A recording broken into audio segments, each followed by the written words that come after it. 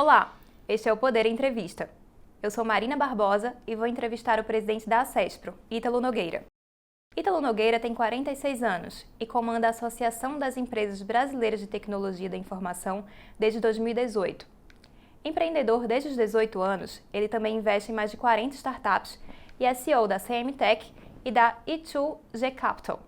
Além disso, faz parte do Comitê de Apoio às Startups dos Ministérios da Economia e da Ciência, Tecnologia e Inovações, e da rede Embrapi de Inteligência Artificial. Ítalo, obrigada por ter aceitado o nosso convite. Obrigado, Marina. Muito obrigado a vocês pelo convite. Agradeço também a todos os web espectadores que assistem a este programa. Esta entrevista está sendo gravada no estúdio do Poder 360 em Brasília, em 2 de dezembro de 2021. Para ficar sempre bem informado, inscreva-se no canal do Poder 360, ative as notificações e não perca nenhuma informação relevante. Ítalo, segundo a Associação Brasileira das Empresas de Software, o setor de tecnologia da informação cresceu quase 23% no Brasil em 2020, um ano em que a economia brasileira caiu mais de 4% por causa da pandemia de Covid. O que explica o bom resultado do setor? A gente, nessa pandemia, primeiro, mais uma vez, agradecer a você e a todos que estão acompanhando. Neste momento do Brasil, principalmente com essa pandemia, se teve uma coisa positiva que a gente pode tirar de lição, é exatamente o poder da ciência, da inovação, da tecnologia, Marina, e a aceleração que nós tivemos. Na verdade, nós dizemos que a transformação digital de 10 anos ela aconteceu em 2. Então, isso mostra um pouco, a gente já vinha com um setor pujante, com absoluta certeza, é um setor portador de futuro, um setor que a nação, que o Brasil, que as pessoas devem investir, e o resultado do setor é esse mix exatamente de uma crescente que a gente já tinha nessa necessidade de transformar e de inovar dentro de qualquer organização e a aceleração que a pandemia nos trouxe para que a gente pudesse, obviamente, fazer as coisas nesse modelo digital, que é parte físico e parte digital. Uhum. E como é que o setor se adaptou para dar conta de toda essa demanda que surgiu na pandemia, com trabalho remoto, com videoconferências? Tem sido, um grande desafio para as pessoas, na verdade, para toda a nossa sociedade.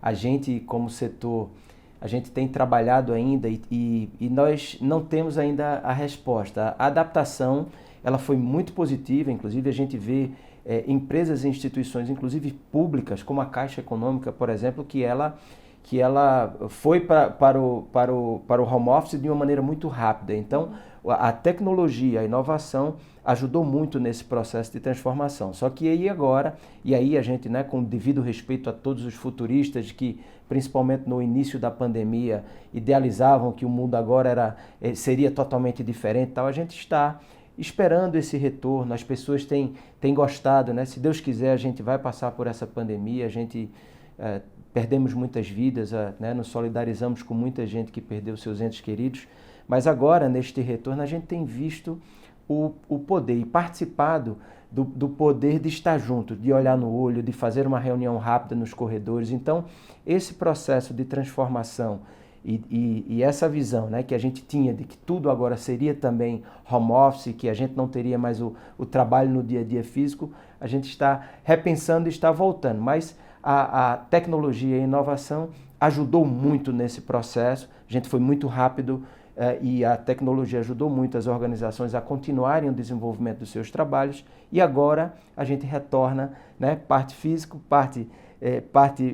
nas companhias, parte digital e parte home office ainda de maneira virtual, e a gente vai se adequando para que a gente encontre os melhores modelos para, obviamente, os colaboradores e para que a gente mantenha o bom resultado das organizações. Uhum. E qual a perspectiva agora para esse ano e para os próximos anos, agora que a gente está vivendo esse momento de retomada, para os escritórios? Vai dar para manter esse ritmo acelerado de crescimento? Sim, com absoluta certeza. A gente espera, a gente espera que continue aumentando muito e crescendo. A gente vem conversando com muitas empresas e com muitas empresas de diversas verticais. Toda empresa, qualquer empresa, ela precisa da tecnologia e da inovação. Mas aí a gente tem, Marina, um gigantesco desafio, principalmente no Brasil. Esse não é um problema só da gente aqui no nosso país, mas é um problema global de um apagão de mão de obra que a gente está sendo muito afetado neste momento da pandemia. Então, o grande desafio agora é formação, é a gente atrair cada vez mais os jovens, as mulheres, as meninas empreendedoras, todos que enxerguem no setor de TI, no setor de inovação do nosso país como um setor muito interessante para que a gente possa ter grandes oportunidades, para que a gente aproveite essas oportunidades e que a gente possa colocar o país no lugar que ele merece. Qual é o problema da mão de obra para o setor hoje? Nós erramos na mão, né? A gente vem como Federação Acespro. Ontem, inclusive, nós lançamos um manifesto, completamos 45 anos dessa federação, a qual eu tenho muita honra de presidir, sou o porta-voz aí de milhares de empreendedores e de colaboradores que atuam no nosso setor de tecnologia e inovação. E só que a gente, há mais de 10 anos, a gente sinaliza para os entes das 3 esferas de governos, para os empreendedores que a gente precisava formar, porque a gente já via que chegaria um momento que a gente teria um problema de apagão de mão de obra.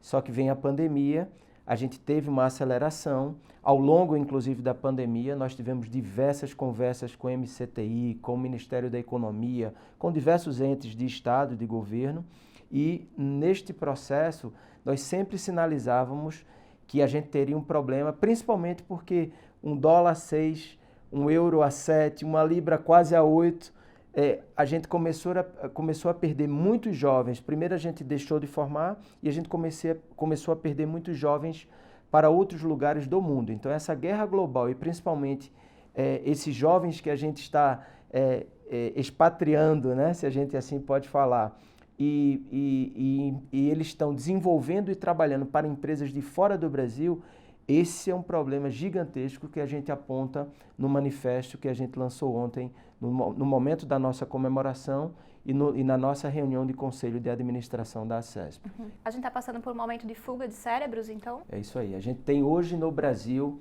vou dar recortes, né? A Federação Acespro, a gente tem uma capilaridade muito grande, presença, temos associados em 19 estados da federação e nós temos regionais em 13 estados. Então eu vou fazer um pequeno recorte indo para a Acespro, Pernambuco e o nosso ecossistema do Porto Digital. Só lá nós temos quase 4.000 vagas abertas sem conseguir profissionais para atuarem nessas vagas. Se a gente faz um retrato do Brasil hoje, nós temos quase 100 mil postos de trabalho no setor aberto sem a gente conseguir profissional num país que temos 15 milhões de pessoas desempregadas. Então isso é surreal. A gente não pode, a gente perdeu a mão e o que a gente precisa fazer. E aí é a sociedade civil organizada, são as instituições como a Acespro, como as nossas co-irmãs que atuam e defendem o interesse do setor de tecnologia, trabalhar para o desenvolvimento e formar gente. A gente precisa trabalhar governo, sociedade e empresas para formar pessoas. Você disse que há mais ou menos 100 mil vagas abertas sem gente qualificada para ocupá-las. Esse seria o déficit do setor ou vocês estimam um déficit maior ainda? Na verdade, esse é o déficit atual. A gente aponta, dentro inclusive desse manifesto e de todos os estudos, a gente aponta uma necessidade de talvez 500 mil profissionais até 2024. Então, nos próximos 3 anos, de maneira conservadora, a gente enxerga que vamos ter aí 500 mil postos de trabalho, 500 mil de vagas abertas se a gente conseguir ocupar essas vagas. Então, a gente tem que aproveitar essa oportunidade. A gente sempre fala, Marina, que inovação, para a gente inovar, a gente precisa ter problemas. E se a gente tem esse problema gigantesco, a gente como nação, as entidades, as associações, o empresariado, o governo nas 3 esferas de poder, precisam olhar isso como gigantesca oportunidade de a gente inovar e formar. A gente precisa formar. Hoje não seria possível, então, ocupar essas 500 mil vagas nos próximos anos? De maneira alguma, com a formação que a gente tem atual, não. Mas aí a gente começa a ver grandes projetos e parcerias, alguns, e mais uma vez, a gente sempre com essa capilaridade da Acespro, a gente vem trabalhando em diversos projetos de formação espalhados pelo Brasil. Alguns projetos começam a se vir, a lei de informática, né? Hoje a gente tem no MCTI o PPI, onde as empresas que têm que colocar recursos de lei de informática, direcionando recursos para a formação de mão de obra. Então, a gente começa a ver pequenas iniciativas e a gente tem participado de toda ela. Inclusive as empresas estão participando ativamente, colocando bolsa, tem projetos de residência. A gente tem, por exemplo, no ecossistema do Porto Digital, no ecossistema do Paraná, no ecossistema aqui de Goiás, muito próximo do Distrito Federal, projetos de capacitação onde os empresários também estão participando e a gente está fazendo como uma residência em software.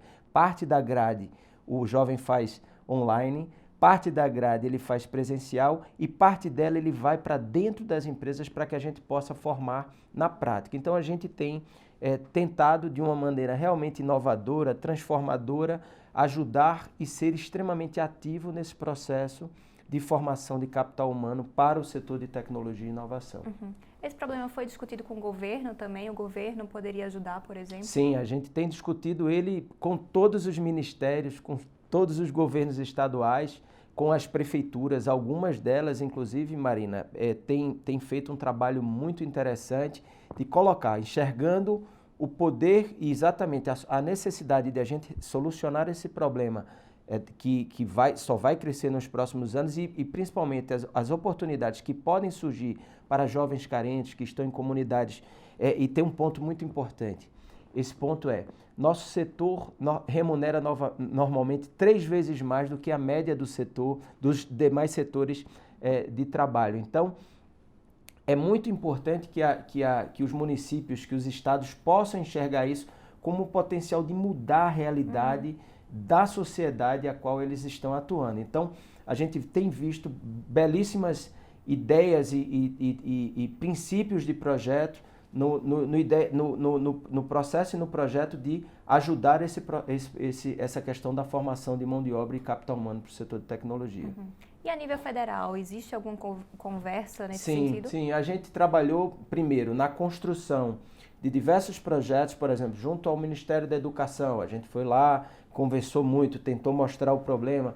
A gente sabe que muitas vezes os órgãos eles não reagem na velocidade que o mercado gostaria que eles reagissem, mas existe um projeto chamado Emprega Mais, Qualifica Mais. Em 13 regionais da ACESPRO, a gente atuou e tem agora um processo que está terminando a formação de 6 mil jovens que vêm ali dos cursos técnicos. A gente tem um projeto que foi desenvolvido, inclusive o trabalho do futuro e o futuro do trabalho junto ao MCTI. A gente teve uma parceria muito grande com o Paulo Alvim, secretário da CEPIM, e o Gontijo, onde eles definiram exatamente naquele PPI, né, um PPI estratégico que é tocado pelo Softex Nacional, aonde a gente pode direcionar recursos. Qualquer empresa, isso é muito importante, qualquer empresa que tenha responsabilidade com recursos da lei de informática pode direcionar recursos, que são recursos obrigatórios que eles têm que aplicar com a lei de informática para a formação do capital humano. Então, e tem saído daí belíssimos projetos. O próprio Ministério do Desenvolvimento Regional, veja, o Ministério do Desenvolvimento Regional atua com uma capilaridade muito grande lá na ponta, chegando na ponta. Nós temos ajudado e conversado e trabalhado diversos projetos de capacitação. Então, temos belíssimas iniciativas participando a CESPRO e demais entidades e associações, empresariado e governos, sejam eles governos municipais, estaduais e governo federal. Uhum. Há várias coisas em andamento, então. O que mais que precisa ser feito para a gente resolver esse problema? Potencializar e dar tração a essas boas iniciativas. Eu acho que é isso que a gente precisa.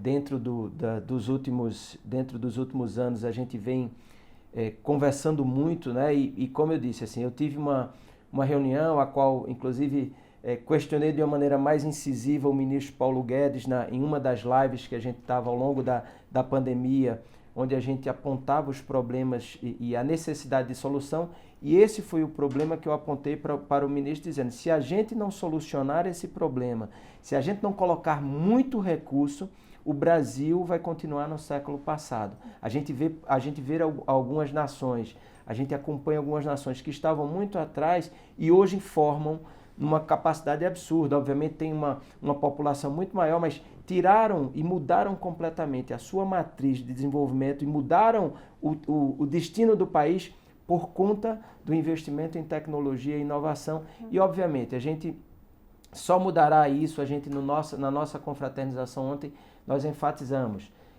nós só mudaremos o destino desse país, desse nosso Brasil, se a gente investir em educação. Se a gente não olhar para as nossas crianças, se a gente não olhar para os nossos jovens, se a gente não trabalhar o STEM, né, a gente olhar aí para o setor de tecnologia, né, ciência, matemática, lógica, se a gente não trabalhar de uma maneira muito focada na busca dessa solução como nação, todo mundo junto, não precisa, e eu tenho dito isso sempre, é um livro, inclusive é um livro de uma tia minha que ela fala, um olhar no retrovisor e o outro na estrada. Eu quero olhar muito mais para a estrada do que pelo retrovisor, e agora todos os entes de governo precisam entender, deputados que colocam suas emendas normalmente para projetos de infraestrutura nos seus municípios, talvez o maior projeto de infraestrutura e o maior projeto de transformação que esses deputados podem fazer e alocar suas emendas é na formação dos jovens dos seus municípios. Então, seja ele deputado, seja ele senador, seja ele um ministro de Estado, um governador, um secretário, se essas pessoas que decidem e tomam as ações para a gente mudar o país hoje, amanhã e depois, enxergarem isso como um grande potencial e colocarem o Brasil na trilha que ele merece, eu não tenho dúvida que a gente conseguirá resolver esse problema, Marina. Agora, Ítalo, na tua avaliação, o que é que causou isso? É falta de interesse dos jovens em estudar tecnologia? É o baixo nível de educação que a gente ainda tem aqui no Brasil, infelizmente? O que é que está por trás desse problema? A gente primeiro, veja, a gente, como sempre, a gente não trata as coisas no nosso país da forma que a gente deveria tratar, com a velocidade e com o cuidado que a gente deveria tratar. Mas também tem essa questão de, muitas vezes, veja, tem um ponto que a gente vem discutindo bastante, que as universidades, principalmente as universidades públicas, ficaram durante muitos e muitos anos fechadas e deixaram o mercado muito distante. A gente tem boas iniciativas dessas estruturas de formação. Os cursos técnicos, eles são fundamentais. Quando a gente pega, inclusive na CESPRO, o bom de estar e de presidir, de ser o porta-voz desses empreendedores, é que a gente tem pessoas que têm 40 anos de empreendedorismo na área de tecnologia e passaram e viram o Brasil se transformando. Cursos técnicos formaram muitos dos nossos empreendedores de tecnologia da informação. Muitos desses cursos técnicos que a gente foi abandonando ao longo do tempo. E outra é aquela questão da decisão política. Muitas vezes a gente protela, muitas vezes a gente não dá o foco e, na minha visão, obviamente, isso é uma visão particular, mas acredito que trago uma visão também de todos os nossos pares da CESP e dos empreendedores de tecnologia do Brasil. Esse país precisa educar nossos jovens. Esse país não pode perder a oportunidade de educar nossos jovens e a gente tem que trabalhar como associação, como empresário, como cidadão. A gente tem que fazer e a gente está fazendo isso. Se a gente está fazendo isso, eu tenho dito, tem muita gente, a gente obviamente vai sempre aplaudir as boas iniciativas, vai cobrar dos governos, mas tem muita gente extremamente bem intencionada. E o que eu tenho visto também, Marina, é a chegada de jovens no poder, né? Por exemplo, o prefeito João Campos em Recife, um jovem de 28 anos, o ex-deputado federal JHC, que assume a prefeitura de Maceió, e tantos outros jovens que chegam, e aí já são millennials, que já nasceram nativos na tecnologia, sabem a necessidade e o poder da transformação, inclusive para que seus estados, para que a gente transforme digitalmente as nossas cidades e nossos estados para entregar um serviço melhor para a população. E a gente só vai fazer isso se a gente tiver pessoas para trabalhar e se a gente tiver pessoas dentro das estruturas que entendam o poder da tecnologia e da inovação. Então, se a gente olhar como um problema, eu acho que são diversos os problemas, mas que a gente tem trabalhado para atacar, e as oportunidades são as chegadas, né? As chegadas de diversos desses jovens aí, brilhantes jovens no poder, e a gente, como entidade vigilante, cobrando e fazendo a parte que deve fazer como setor organizado e com essa necessidade de mudar a história do nosso país. Nesse ano, o governo propôs a criação de um programa de qualificação profissional de jovens, mas a medida provisória também tinha outras mudanças, acabou sendo chamada de mini-reforma trabalhista e foi derrubada pelo Senado.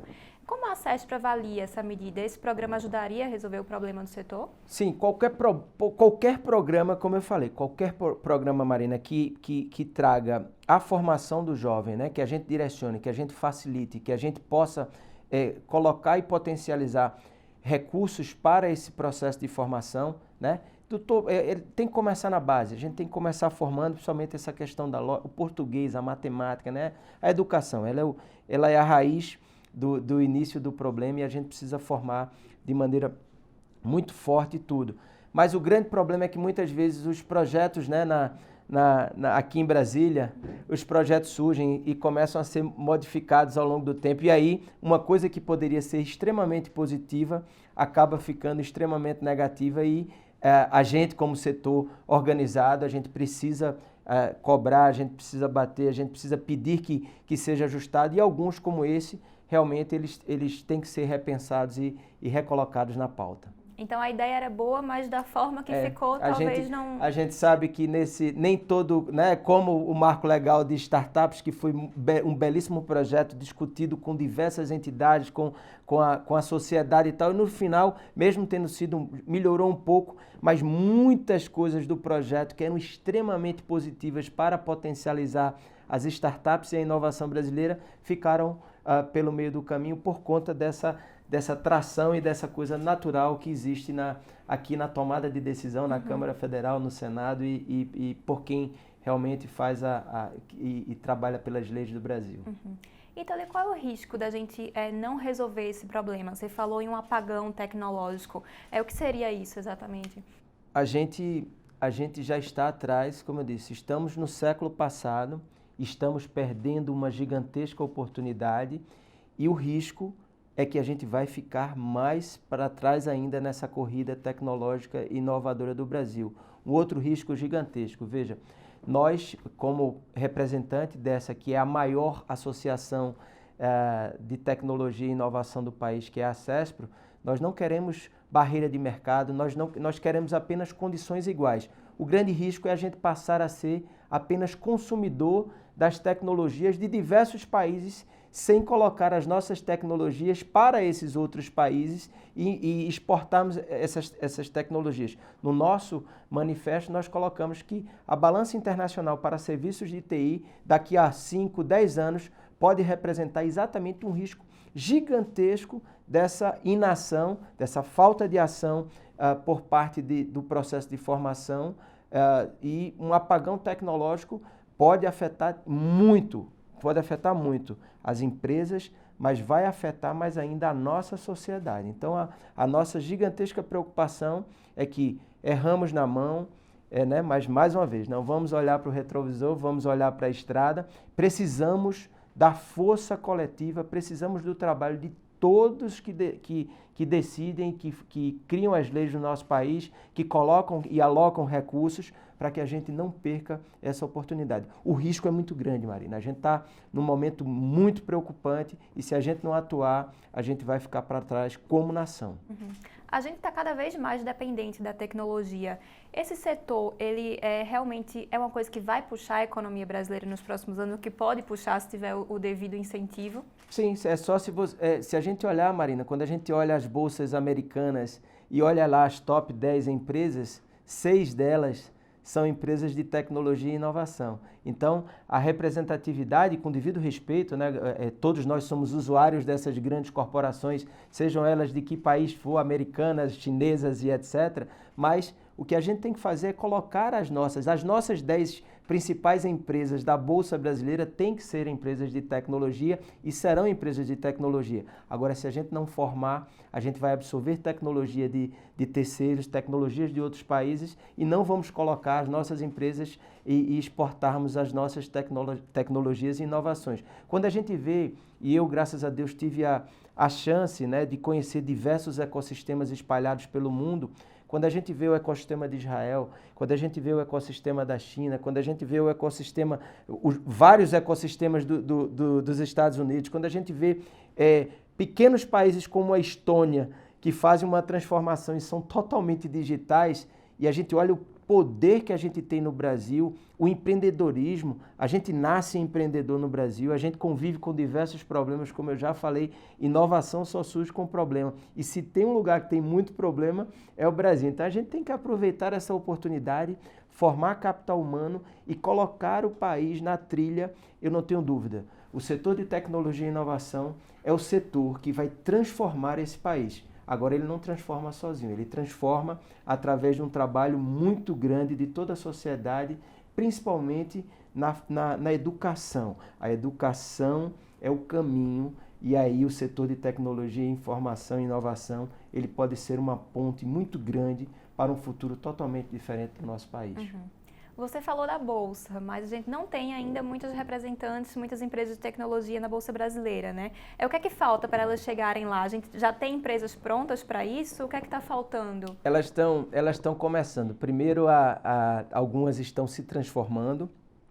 A gente tem agora histórias recentes muito positivas, né? Que a gente saúda, parabeniza aí a VTEX, a CIT fazendo a abertura né, na Bolsa Americana, né, indo para lá para ter um valuation muito maior. E essa trilha também passa pela formação e pelo capital empreendedor. Então, a trilha do capital empreendedor, a trilha do desenvolvimento, do investimento em startups, a gente tem visto ao longo dos últimos anos, eu tenho a chance, né, e o prazer de aprender todos os dias com os empreendedores inovadores do Brasil. Invisto em startups através da I2G Capital, que é nosso veículo de investimento, e a gente tem visto muitas empresas, cada vez mais recursos vindo de vários lugares do mundo, e a gente vai ver no futuro muito próximo diversas empresas chegando. Mas o Brasil é um lugar, se tem um lugar inóspito e difícil para a gente empreender, é o Brasil, mas a gente vai ver muitas histórias, Marina, nos próximos anos, muitas histórias muito positivas. Agora, a gente tem que formar, a gente tem que criar, né? É igual no futebol, faço sempre essa comparação. Se a gente não tiver a formação de base, a gente nunca vai ter os craques, né? E vai continuar tendo uma seleção muito forte. Então, dentro desse processo do setor de tecnologia, e principalmente das startups, que é uma pauta que a Cespro está atuando muito fortemente, criamos inclusive um projeto, né, o Cespro Invest, que é um pool de investidores, pegar os empreendedores com cabeça branca feito eu, que já empreende há mais de 20 anos, junta esses empreendedores, que inclusive alguns deles já venderam as suas organizações, já venderam suas empresas para fundos de investimentos daqui e de fora do país. Esses empreendedores se juntam, começam a investir nas startups, levam o smart, né, levam o conhecimento para esses jovens que estão chegando no mercado, e aí a gente vai e coloca esses jovens na trilha, começam a crescer e chegam. E a trilha do capital empreendedor é investimento anjo, depois seed money, até chegar lá no IPO e levar as empresas para a bolsa. Então, mas tudo começa também com o link dessa formação. Se a gente não formar os jovens, se a gente não trabalhar nas nossas universidades, se a gente não trabalhar nas nossas escolas, a gente vê isso pelo Brasil, sejam nas escolas públicas e também em muitas escolas privadas. Falta a discussão sobre empreendedorismo, falta a discussão sobre como a gente pode ter ideias, discutir, criar, fazer com que esses jovens interajam, até para que a gente possa criar soft skills, para que esses jovens possam crescer, além da questão técnica, mas para que eles possam aprender e vivenciar e criar essas empresas dentro das suas estruturas, sejam escolas públicas, escolas privadas, e aí, obviamente, a trilha do capital empreendedor ela vem crescendo muito. A gente tem um apoio à Cespro com esse projeto, só para que tenha ideia, a gente investiu, juntamos investidores da Cespro, colocando 5 milhões no primeiro pool de investimento em startups. Fizemos uma parceria com a Bossa Nova, que é um venture capital do João Kepler, que é nosso diretor de startup na Federação Acesp. Fizemos uma parceria com esse venture capital e agora a gente vai potencializar e colocar 20 milhões juntando esses empreendedores para investir nesses jovens. Então, dentro da nossa própria estrutura, a gente vem fazendo esse trabalho e o processo no final do dia é investir, gerar mais e mais renda, gerar emprego, gerar impostos e fazer com que esses jovens cheguem lá na Bolsa de Valores. E amanhã, se Deus quiser, daqui a 5 anos, 10 anos, a gente possa estar vendo essa nossa entrevista hoje aqui e a gente veja lá que a gente tenha várias empresas de tecnologia figurando ali na lista das top 10 do Brasil. Você falou de investimentos. A gente tem alguma estimativa de quanto que esse setor está investindo no Brasil anualmente, ou qual o potencial de investimento dele? Sim, a gente tem em setembro, só para que a gente tenha uma ideia, em setembro de 2021, a gente já tinha investido mais recursos, as startups brasileiras já tinham recebido mais recursos do que durante todo o ano passado. Então, cada vez mais, e são bilhões e bilhões de dólares que estão entrando. E, obviamente, eu tenho dito também para muitos fundos de investimento, para muitas empresas, o Brasil está barato, né? $1 a R$6, então muitos fundos de investimento que normalmente fazem investimentos para 10 anos, 20 anos, 30 anos, esses fundos de investimentos globais têm se aproximado do Brasil. A gente tem trabalhado essa pauta, os jovens têm se preparado cada vez mais e a gente tem recebido muitos recursos e muitos investimentos. Agora, como eu falei, o desafio é muito grande porque passa por essa formação. Quando você vai, Marina, em qualquer ecossistema que você for, como eu usei o exemplo do Porto Digital, qualquer ecossistema e qualquer startup, toda ela tem vagas abertas para profissionais. Então, muitas vezes, imagine a dor do empreendedor, e eu posso dizer para vocês, a dor como empreendedor, como CEO ainda, sento no conselho de algumas das nossas empresas, de algumas das nossas investidas, a gente negar um contrato, chegar para um cliente nosso e dizer assim, não, eu não posso atender, eu não posso aumentar esse contrato porque eu não tenho como entregar, por responsabilidade, eu não tenho como entregar esse contrato. Então isso é um problema muito grande e as startups estão passando por esse processo. Então o que a gente tem que fazer é continuar colocando muito dinheiro, mas não perder. São coisas complementares, não perder o olhar muito grande para essa formação, porque se a gente não tiver gente, o maior ativo, na verdade, o único ativo que nós temos no nosso setor são cérebros, são pessoas maravilhosas que trabalham nas nossas organizações, a gente tem inclusive climas e empresas fantásticas, as pessoas... É um ambiente muito bacana, de a gente trabalhar, de atuar. Nosso setor é muito legal. E eu digo sempre, eu não perco a oportunidade, você jovem que está aí nos escutando, você que já está querendo repensar a sua profissão, procure o setor de tecnologia.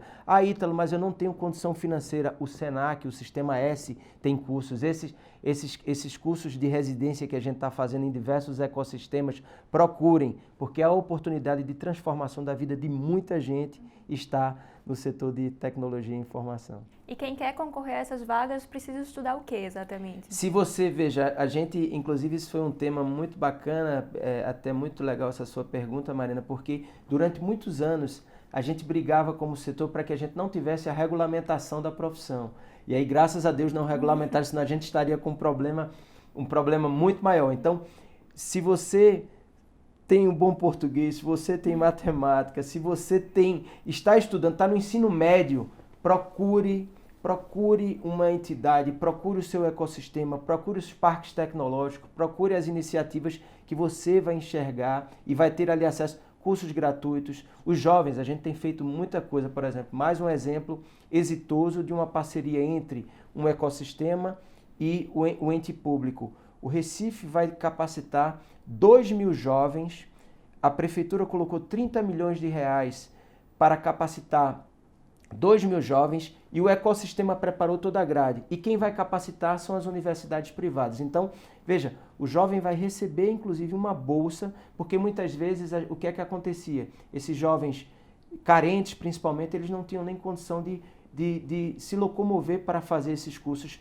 de maneira presencial. Então, procurem os ecossistemas de inovação, independente onde quer que você esteja no Brasil, que estão aparecendo e surgindo belíssimas iniciativas e algumas delas online. Mas localmente, com certeza, você tem uma boa iniciativa começando e surgindo para capacitação e informação. E um ponto muito importante, eu preciso fazer esse chamamento. As grandes empresas, os bancos que estão se tornando fintechs, as empresas de seguros que estão se tornando insurtechs, essas grandes empresas e grandes organizações, as empresas de mídia, elas precisam participar desse processo de formação. Então, elas têm que colocar recursos, se elas estão se transformando digitalmente, se elas estão virando uma empresa de tecnologia, elas precisam colocar e alocar muito recurso e contem sempre com a gente para que a gente possa fazer. Então, tem muitas iniciativas surgindo e eu espero, sinceramente, Marina, que daqui a alguns anos a gente possa olhar para trás e dizer assim, poxa, como foi importante aquele nosso trabalho, como foi importante a gente sair circulando pelo Brasil e falando, eu diuturnamente, eu tenho trabalhado. Esse é o tema que tem consumido a pauta de mais de 50% do nosso tempo na CESP, esse tema de formação. Então, que a gente possa ser mais um veículo, que a gente possa ser o trampolim para a vida de muitos jovens. Quando a gente conversa, Marina, com muitos jovens pelo Brasil, principalmente por conta daquele fator de pagar 3 vezes mais do que os demais setores pagam, a gente vê muitos jovens que transformaram a realidade das suas famílias. Eles são arrimos de família, eles têm 3, 4, 5 irmãos na casa, eles são as pessoas que hoje cuidam daquela família. Então a gente tem isso também como uma gigantesca oportunidade nos diversos ecossistemas espalhados pelo Brasil. Uhum. Você citou algumas empresas que já conseguiram abrir o capital, mas que fizeram isso em bolsas no exterior.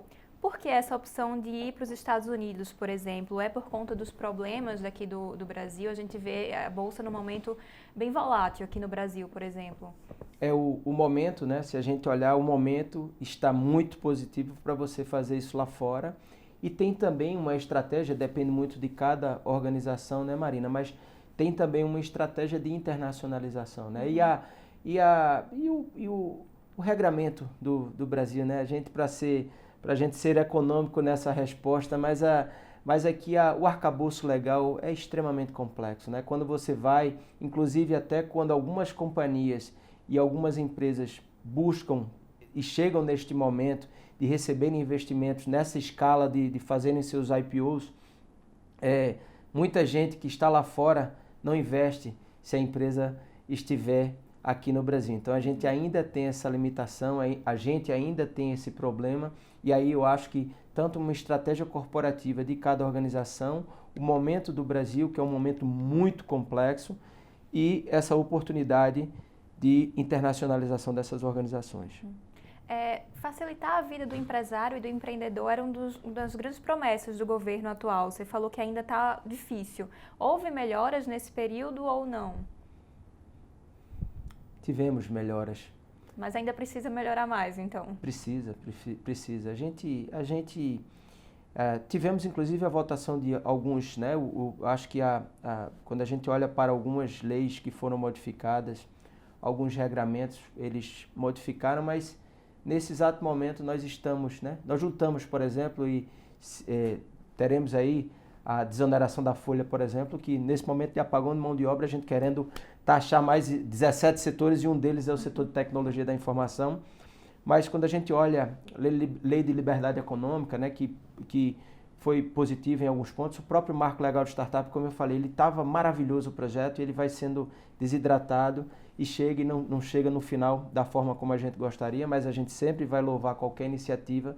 Mas é inconcebível, por exemplo, diversas empresas, o país, e principalmente nesse processo de transformação dos governos, muitas empresas de tecnologia fornecem serviços para governos e aí o país faz uma mudança no pagamento de precatórios e essas empresas, muitas dessas empresas que sofrem e têm muitos recursos para receber de serviços prestados, no momento de uma pandemia que nunca aconteceu no mundo, essas empresas vão agora receber seus recursos que já estavam esperando há 5, 6, 8, 10 anos, vão receber lá na frente. Então é muito difícil, mas a gente está aqui, estamos há 45 anos lutando por essas pautas e pela melhoria do ambiente de negócios brasileiros, principalmente voltados para o setor de tecnologia, mas a gente ainda tem a bitributação, a gente estava numa conversa ontem de diversos empresários brasileiros do setor de tecnologia, ainda acontece de você pagar um ISS em 2 municípios e ficar no meio de uma guerra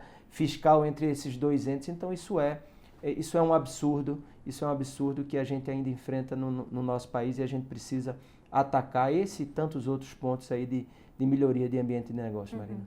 Essa questão tributária tem sido muito discutida pelo governo e pelo Congresso. A CESPRO apoia os textos de reforma tributária que estão no debate hoje? Na verdade, o que a gente pediu e lutou muito foi exatamente para que isso saísse, né, do jeito que estava. A gente passa, né?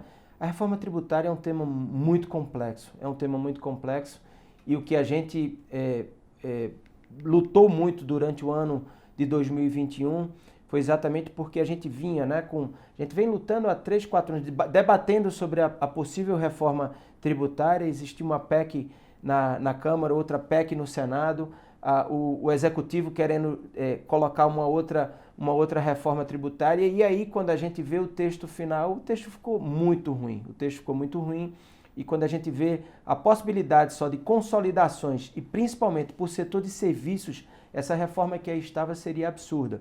Então, a CESPRO não apoia a reforma que aí foi colocada. Nós entendemos que esse ponto deve ser discutido, e para o ano, como a gente sabe, é um ano eleitoral, vai ser um ano mais complexo ainda para que a gente discuta esse ponto. A gente não quer benefícios, como eu falei, a gente não quer barreira de mercados. Agora, a gente não pode ter um impacto feito no setor de serviços, e aí o setor de serviços como todo, e o setor de tecnologia e inovação está no meio, no epicentro do setor de serviços. Com esse problema da formação, que já afeta o setor enormemente, a gente teria uma possibilidade de aumento de quase 180% da carga de tributos que a gente paga hoje. Então, com essa consolidação, apenas com a consolidação dos tributos federais. Então, nós não apoiamos e precisamos debater de uma forma muito mais ampla. Todo mundo tem que cortar, a gente quer, obviamente, fazer a nossa doação, a gente quer recolher, já recolhemos muitos tributos para esse país, e apoiamos, obviamente, sabemos que um país só cresce com essa geração, mas ele precisa ser uma coisa mais bem trabalhada e mais amplamente discutida para que a gente tenha uma melhor reforma. Esse texto que aí estava não é apoiado pela nossa federação. Essa consolidação que você fala é a CBS? Sim, veja, exatamente a CBS, da forma só consolidando os impostos federais e a gente continuando a ter impostos municipais e impostos estaduais da forma como estava sendo trabalhada, a gente não entende como um caminho. A gente tem as PECs que estavam circulando, a gente tem pontos muito positivos na PEC da Câmara, a gente tem muito positivos na PEC 110, que era trabalhada no Senado. Então a gente acha que esse texto, e aí daqui a pouco a gente vê lá uma reforma específica para cobrar mais na transferência de recursos e obviamente,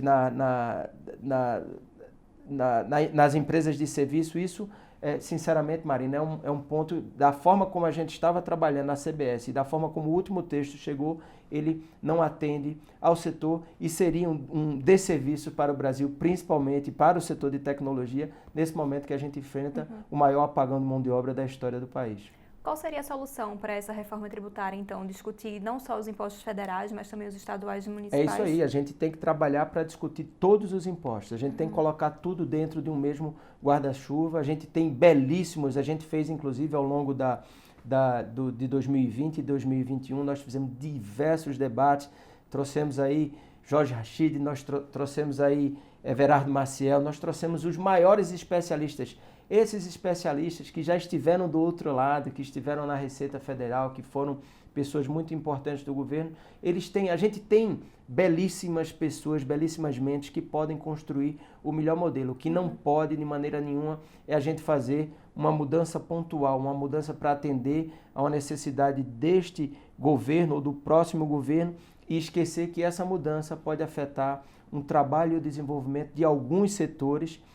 E a gente, obviamente, em defesa do setor de tecnologia, no pior momento que a gente enfrenta o maior problema de apagão de mão de obra e ser impactado em quase 180% dessa carga, do aumento dessa carga tributária. Então, não nos furtamos de maneira alguma de um bom debate, mas ele tem que pegar e a gente tem que colocar todos os impostos e discutir. Estado tem que perder um pouco, municípios tem que perder um pouco, empresários têm que pagar um pouco mais, sociedade, o cidadão tem que pagar um pouco mais e a federação tem que também colocar a sua parte e aí a gente conseguir chegar nesse melhor texto. O grande problema também é que muita gente, né, fica ali pensando só na sua parte e não trabalha o desenvolvimento e um olhar de futuro. Se a gente trabalhar um olhar de futuro, qual é a matriz, o que é que a gente quer para esse país?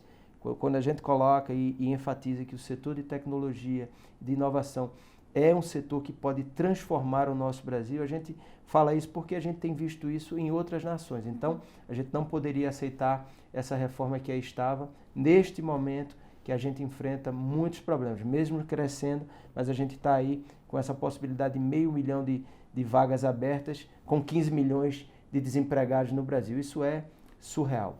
Também há alguns projetos na Câmara falando sobre a taxação das empresas de tecnologia. Um deles propõe até a criação de um CID digital.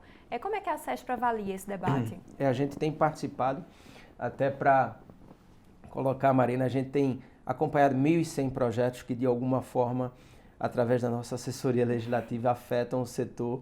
E é muito difícil porque, e foi muito difícil. Eu tenho inclusive colocado que durante a pandemia, porque muitas vezes, como é um setor que os nossos parlamentares muitas vezes desconhecem até, né, o impacto de uma decisão ou de uma vírgula ou de uma palavra que é colocada num projeto, com essa coisa do fechamento e da falta de diálogo que a gente, né, deixou de ter dentro da Câmara por conta da pandemia, a gente vem acompanhando diversos projetos. A CID Digital, por exemplo, nós enviamos aí diversos pontos para os deputados através da nossa assessoria legislativa e a gente vem acompanhando esse e tantos outros que estão surgindo e que podem impactar o setor. Assim, o grande problema é que quando a gente vê um setor crescendo, parece, né? Quando a gente vê um setor crescendo, o nosso parlamento muitas vezes, né, pensa em criar um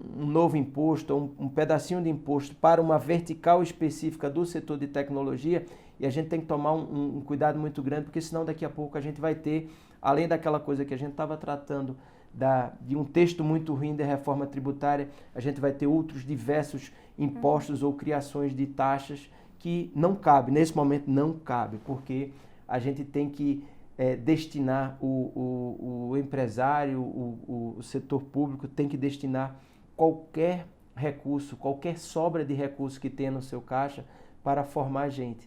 E aí a gente não tem trabalhado e acompanhado com muito cuidado qualquer que seja o projeto como o da CID. E o que vocês acham da volta da CPMF? É uma coisa que é defendida vez por outra pelo ministro Paulo Guedes para bancar a desoneração da folha, que é uma coisa que beneficia o setor, né? Como é que fica essa discussão aí?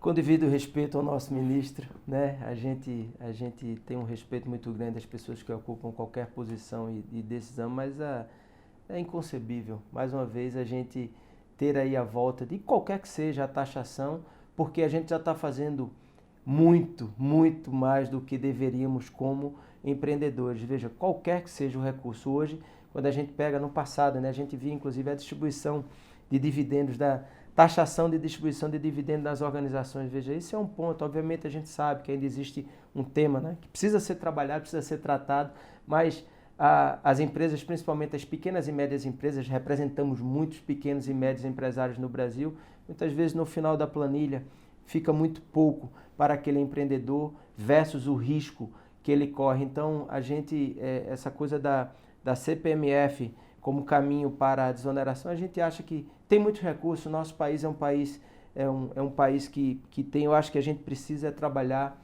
a aplicabilidade de muitos dos recursos que a gente tem aí na nossa nação de uma maneira mais responsável. Obviamente não estou chamando o ministro de maneira alguma de irresponsável, mas a gente entende e como setor produtivo, como entidade tão importante que é a CESP, a gente se coloca à disposição para qualquer debate, mas a volta de mais um imposto, mais uma taxação, como a gente falou, né, Marina? Vão criando diversos penduricalhos e no final do dia o empreendedor que se dedica, que não tem, por exemplo, isso é perfil, tá? Eu nunca tirei minha carteira de trabalho, eu não tenho isso, então eu não tenho aposentadoria, eu tenho que trabalhar e continuar gerando emprego e renda e tendo resultado dessa minha geração de emprego e renda, e no final eu tenho que me preparar para a minha velhice e para a minha aposentadoria. É assim a vida de qualquer empreendedor no Brasil, e seja ele um empreendedor de diversos setores, mas um empreendedor do setor de serviços e de tecnologia também. Então a gente acha que deve continuar a desoneração, porque se a gente reonerar esse setor, a gente vai trazer mais um peso nesse momento que a gente tem esse apagão de mão de obra. Então, com devido respeito, mas a gente não concorda com esse ponto da CPMF, do retorno da CPMF para bancar a desoneração da folha. Ítalo, o setor da tecnologia e da informação vem crescendo, mas é uma exceção na economia brasileira hoje. A gente estava vivendo um momento de desaceleração do crescimento econômico, de alta dos juros, de alta da inflação, de desemprego elevado. Qual a sua avaliação sobre o momento econômico do Brasil hoje e como isso afeta o setor? A gente está muito preocupado, né? A gente está muito preocupado porque a gente estava aí com uma taxa de juros baixíssima no ano passado. Isso é um ponto, veja que ponto importante, obrigado pela tua pergunta. A gente falou da quantidade de dinheiro e de recursos investidos no capital empreendedor, né? Diversas pessoas que nos procuram, até empresários, empreendedores, pessoas físicas, executivos que estão fazendo transição de carreira e que estão vendo a possibilidade de investir em startups, porque, obviamente, a taxa de juros lá embaixo, a poupança e o CDI rendendo muito pouco, e aí como é que eu faço para meu dinheiro e meu recurso render um pouco mais? E aí se abre a possibilidade de você investir em negócios inovadores. Quando a gente vê a taxa de juros sair de 4 e pouco, para chegar aí a 12, 11, 13 possibilidades, e nesse curto espaço de tempo, obviamente, as pessoas se retraem, voltam a colocar o rentismo, né? Volta a colocar ali num recurso de renda fixa ou em fundos de investimento imobiliário, coisas mais tradicionais, e esse recurso que estava sendo destinado com um volume muito grande para negócios inovadores, ele sai do setor de tecnologia e vai e volta para os setores mais tradicionais. Então a gente vê aí e além disso, né, mesmo crescendo, né, porque e a gente sabe a necessidade da transformação das organizações, mas esses altos e baixos no Brasil, empreender, né, como eu disse, empreender no Brasil é muito difícil.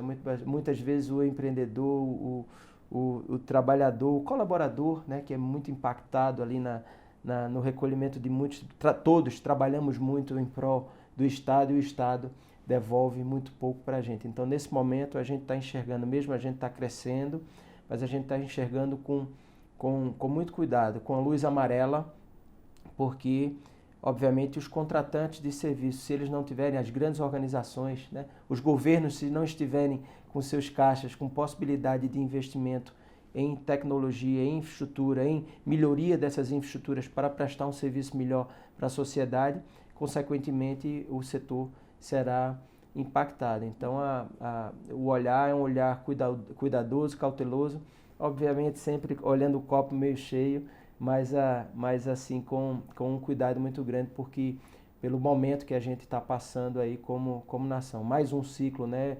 Se existe um país de picos e vales, esse país é o Brasil, e a gente está passando por esse momento de muita dificuldade. Espera que a gente realmente tome as melhores decisões políticas, empresariais, institucionais e como sociedade civil organizada, mas o momento é de muita cautela. E o que fazer para mudar esse momento? O que é que a gente deve esperar dos governantes? Próximo ano, por exemplo, é um ano de eleição, né? Por isso que a gente fez esse manifesto nos nossos 45 anos aí, Marina, apontando, e eu falei para você nesse nosso belíssimo papo de que a educação, a formação, né, a gente não pode perder mais, a gente não pode deixar, né, não pode um país, por exemplo, quando eu sou filho de educadora, casado com outra, e a gente não pode, né, deixar de formar professores, deixar de investir na educação, na formação dos nossos jovens, na transformação da matriz das nossas indústrias, e sinceramente a gente não pode mais ficar nesses embates, né? São embates muito rasos. A gente vem ao longo dos últimos anos aí com devido respeito a quem comanda o nosso país, com devido respeito às pessoas que estão nos estados, nos municípios, mas a gente não pode ficar em debates que não gerem, que não construam, que não transformem